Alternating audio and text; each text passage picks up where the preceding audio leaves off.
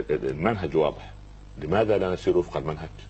الكتالوج موجود، والرسول صلى الله عليه وسلم ما ترك شاردة ولا واردة إلا وبينها. كان كل واحد منا سوف يأخذ برقبة أخيه ليحاسبه. طبعا. وما سار عبد مع عبد مرة إلا ويسأله عن حق الصحبة. وده يا شيخ مشيت معك مرة ما نصحتني في الله، ما قلتليش كلمة. يا ربي يا ربي يا ربي. مش إنما المؤمنون إخوة. أين الأخوة؟ يا ربي. هي الأخوة أن أنا أطعنك في ظهرك؟ هي دي الأخوة؟ لا يا أخي، لا يا أخي. سبحان الله.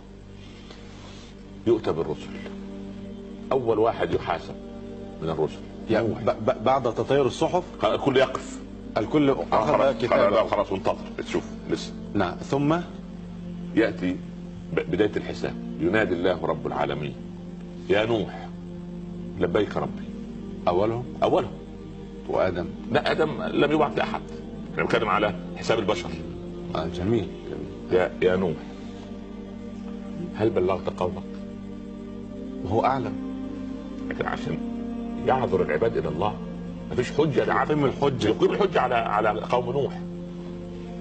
يقول نعم يا رب. يا قوم نوح هل بلغكم نوح؟ يقولون لا يا رب. لا حول ولا قوة إلا بالله. شوف الجبروت، شوف هنا يخلي الله تبارك وتعالى بين المرء وبين عقله في هذه اللحظة. لا لينطق بما شاء. لا هو ينطق بسابقة أعماله. بسابقة الأعمال. النطق والعمل مش بلسان المقال. كما كانوا يكذبونه في الدنيا يكذبون أيضا في الآخرة. عليهم. سلم يا رب يا حفيظ يا حفيظ. يقول وعزتك وجلالك قد أبلغتم. يقسم. يقول الله عز وجل أمعك من يشهد؟ يا الله. يقول بلى يا رب. من؟ قال محمد وأمته. الله أكبر عليه الصلاة والسلام. كذلك جعلناكم أمة وسطا لتكونوا شهداء على الناس ويكون الرسول عليكم شهيد. الله أكبر. ما فين الوسطية؟ فين جمال الأمة؟ فين عظمة الإسلام؟ فين مقام سيدنا محمد؟ هو هذا هو مقامنا جميل. جميل، بس ولكن نهين ورب الكعبة. يا محمد هل أبلغ نوح قومه؟ نعم يا رب. يا أمة محمد هل تشهدون أن نوحا بلغ قومه؟ يقولون نعم يا ربنا. تقول أمة نوح كيف تستشهد علينا ما لم يرنا؟ صحيح. ده نجوم بعدين بآلاف السنين. صحيح. يقول ربنا يا أمة محمد كيف تشهدون أو على شيء ما رأيتموه؟ يقول يا ربنا قرأنا كتابك وعلمنا أن ما فيه حق وأن نوحا بلغ قومه وأنهم كذبوه. قال صدق محمد، صدق نوح، صدقت أمة محمد. يا الله أكبر. الله أكبر.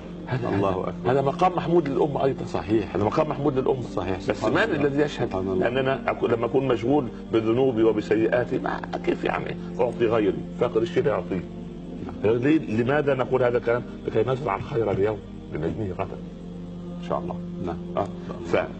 فيبدأ الرسل بهذا الشكل، كل رسول مع أمته بالضبط هكذا، حتى يصل الأمر إلى سيدنا عيسى. أأنت قلت أمام الناس، أأنت قلت للناس اتخذوني وأمي إلهين من دون الله؟ يا الله. يظهر عيسى. هذا يسأله أم استفهام إنكاري؟ هذا عشان لتخرج الإجابة لهؤلاء الذين تقولوا عليه. أنت قلت للناس اتخذوني وأمي إلهين من دون الله. أول كلمة غير سبحانه.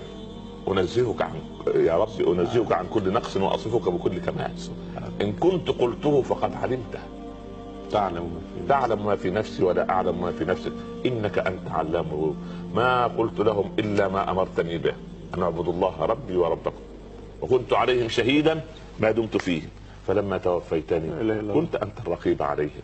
إن كنت أنت الشهيد الرقيب عليهم إن تعذبهم فإنهم عبادك وإن تغفر لهم فإنك أنت العزيز الحكيم.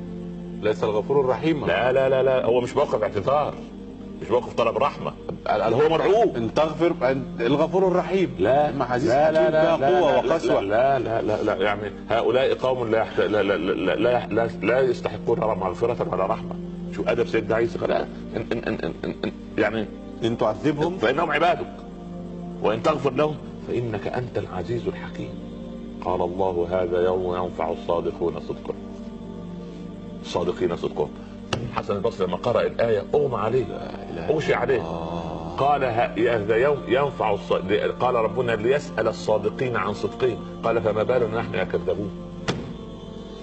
إذا كان الصادق تعالى يسأل عن صدقه، يؤتى بالقاضي يوم القيامة يسأل حتى يتمنى أنه ما قضى بين اثنين في تمرة. صحيح مسلم.